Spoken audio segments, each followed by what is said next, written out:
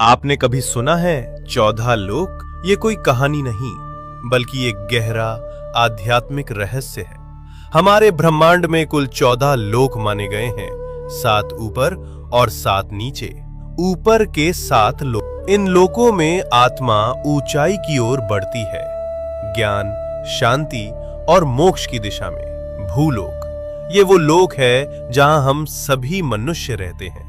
इसे मृत्यु लोक भी कहा जाता है, क्योंकि यहाँ जन्म और मृत्यु का चक्र चलता रहता है। भूवर लोक, ये लोक भूलोक और स्वर्ग लोक के बीच स्थित है। ये ऊर्जा रूपों का क्षेत्र है जो भौतिक और दिव्य लोकों को जोड़ता है। स्वर्ग लोक, देवताओं का लोक, जहां इंद्र और अन्य देवता निवास करते हैं। अच्छे कर्म करने वालों को मृत्यु के बाद इसी लोक में स्थान मिलता है, जहां सुख, संपत्ति और आनंद की अनुभूति होती है।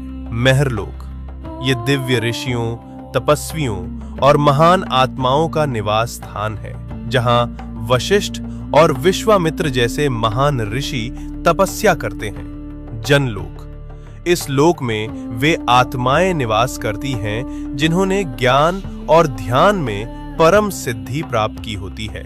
यहाँ के वासी ब्रह्मा जी की लीलाओं में लीन रहते हैं। तपलोक, अत्यंत शक्तिशाली तपस्वियों का स्थान, जो शरीर से परे केवल चेतना में स्थित होते हैं। ब्रह्मलोक, यह अंतिम लक्ष्य है, जहां केवल सत्य है, मोक्ष है और ईश्वर का साक्षात्कार होता है। इन ऊर्ध्व लोकों में आत्मा का जाना मतलब है धीरे धीरे शुद्ध और जागरूक होना। अब बात करते हैं नीचे के 7 लोकों की।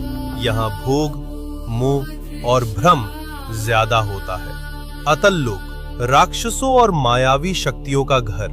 वितल लोक, जहाँ कामनाएं और भोग हावी रहते हैं। सुतल लोक, राजा बलि का लोक। वे दानवीर थे, लेकिन उनमें अहंकार भी था।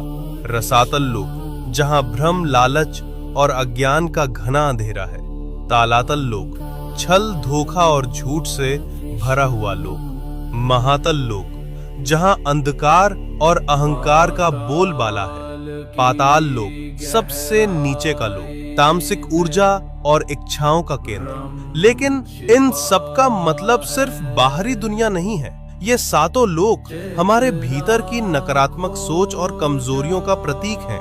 तो जब हम सच्चाई, भक्ति और सेवा में लगते हैं, हम ऊपर के लोकों से जुड़ते हैं, और जब हम लालच, मोह और गुस्से में फंसते हैं, हम नीचे गिरते हैं। सोच बदलो, लोक बदल जाएगा।